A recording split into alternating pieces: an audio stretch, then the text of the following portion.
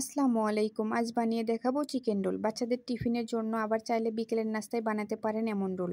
অতিথি আপ্যায়নেও পরিবেশন করতে পারবেন এই রোলটা। এই রোলটা দেখতে যেমন খেতেও দারুণ মজা হয়। এই রোলটা বানানোর জন্য আমি প্রথমে আটার ডো তৈরি করে নেব।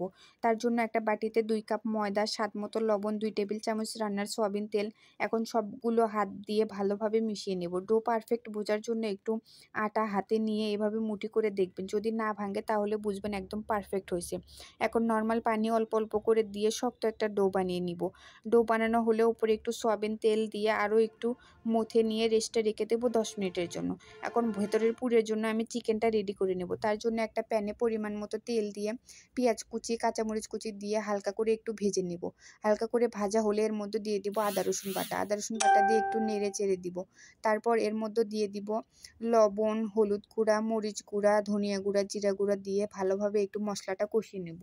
মশলাটা কষানো হলে এর মধ্যে দিয়ে দেবো আগে থেকে সিদ্ধ করে রাখা চিকেনটা আমি সিদ্ধ করে ঝুরা করে নিয়েছি। এখন এই চিকেনটা ভালোভাবে ভেজে নেব সময় নিয়ে।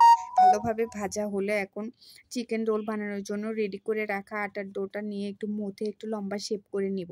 তারপর ছোট ছোট করে লেচি কেটে নেব। এখন সবগুলো লেচি গোল সাইজের করে নেব। সবগুলো লেচি গোল করা হলে একটা সাইডে রেখে একটা ডো নিয়ে উপরে ময়দা ছিটিয়ে রুটির মতো করে বেলে নেব। রুটির মতো পাতলা হবে কিন্তু গোল করা যাবে না। গোল করলে রোলের শেপটা সুন্দর হবে না, তাই একটু লম্বা করে বেলে নিতে হবে।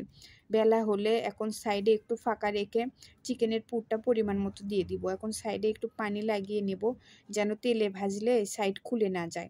তারপর ভালোভাবে মুড়িয়ে নেব আর সাইডে হাত দিয়ে চেপে চেপে লাগিয়ে নেব। এটা বলে বোঝানোর মতো কিছু না, আপনারা ভিডিওতে দেখে বুঝে নেন আমি কিভাবে চিকেন রোলটা মুড়াইছি। তো আমার একটা বানানো হয়েছে। আপনাদের বোঝানোর সুবিধার্থে আমি আরও একটা বানিয়ে দেখাচ্ছি। তার জন্য আরও একটা ডো নিয়ে উপরে ময়দা ছিটিয়ে আবারও লম্বা করে আমি রুটিটা বেলে নিচ্ছি।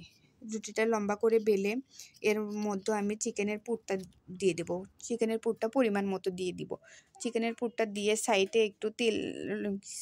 সাইডে একটু পানি লাগিয়ে আমি আবারও এটা ভালোভাবে মুড়িয়ে নেব। আপনারা এ পর্যায়ে চাইলে ফ্রোজেনও করে রাখতে পারেন।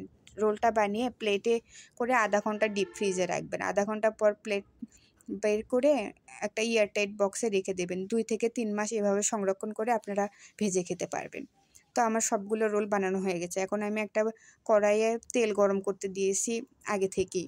তেলটা ভালোভাবে গরম হলে আমি রোলগুলো একটা একটা করে দিয়ে দিব সবগুলো। তেলটা ভালোভাবে গরম হলে তারপরে আপনারা দেওয়ার চেষ্টা করবেন। তো আমি উল্টিয়ে পাল্টিয়ে আমার পছন্দ অনুযায়ী আমি কালারটা করে নিচ্ছি, মচমচা করে ভেজে নিচ্ছি। তো এখন আমি এগুলো প্লেটে উঠিয়ে পরিবেশন করে নেব টমেটো সসের সাথে। তো আমার এরকম নতুন ভিডিও পেতে আমার ভিডিওতে লাইক, কমেন্ট, শেয়ার করতে ভুলবেন না।